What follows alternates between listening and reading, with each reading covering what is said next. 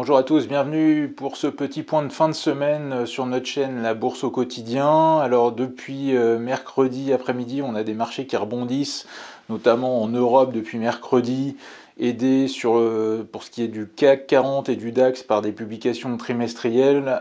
On a eu tout d'abord donc SAP en Allemagne qui a emmené un petit peu le secteur des ESN depuis mercredi avec des Soprasteria, des Capgemini, des Alten qui ont repris 4-5% ces 48 dernières heures globalement.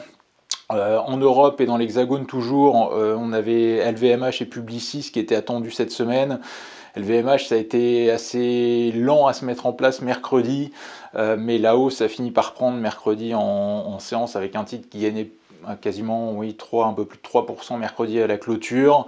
Autre publication favorablement accueillie en tout cas, c'est celle de Publicis jeudi matin avec un titre qui a ouvert à plus 2% en gap après un relèvement d'objectifs. Donc globalement, on a un news flow corporate qui entretient cette stabilisation des marchés avec un petit rebond également sur la partie US. Aux États-Unis, on a pas mal de banques qui étaient attendues au tournant.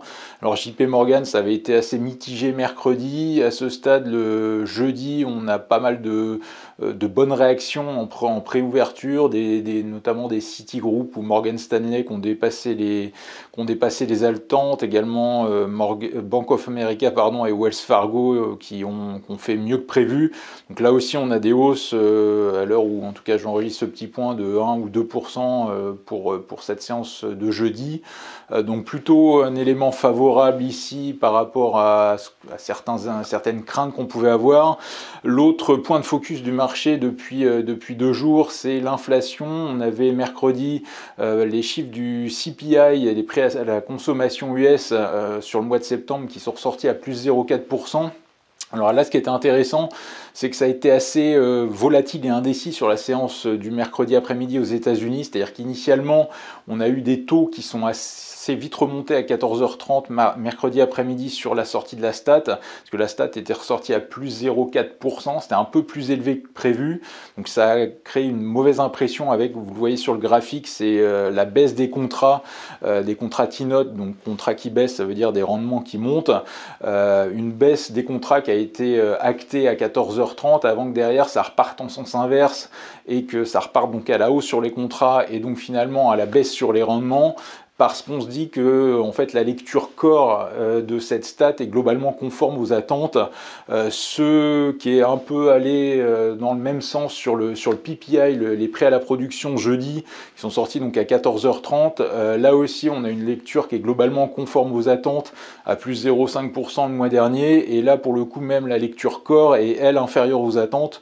Donc là aussi, ça va dans le même sens de crainte par rapport à l'inflation qui sont finalement assez un petit peu apaisées et qui avec des hausses de prix qui se reflètent surtout dans la hausse du pétrole en premier lieu, et donc pour la partie corps ça reste globalement dans les clous ou en ligne avec les attentes, ce qui explique la stabilisation des marchés qu'on a depuis 24 heures. Et également dans le même sens sur l'aspect inflation, on avait les minutes de la Fed mercredi soir sur la réunion de septembre où là aussi on a acté qu'on allait effectivement avoir un tapering de la Fed probablement pour novembre ou décembre ou plus tard, mais ça n'a pas vraiment fait bouger les marchés. C'était vraiment en fait le gros focus, c'était surtout sur le CPI et également le PPI, où là on sent bien que finalement, comme je vous le disais, les craintes sur l'inflation sont un peu tempérées à l'instant T, d'où une stabilisation des indices, des rebonds des contrats avec le second graphique que vous voyez cette fois, c'est sur une base journalière. Tout à l'heure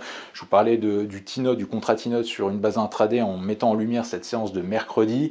Après le CPI, là vous voyez en fait sur une base journalière, chaque petite bougie représente une séance. On a donc un rebond des contrats qui se poursuit, ce qui va pair avec une détente des rendements, d'où la stabilisation des indices boursiers dans le même temps. Voilà, bonne fin de semaine à tous, d'avance bon week-end et à bientôt pour un prochain point de vidéo sur notre chaîne.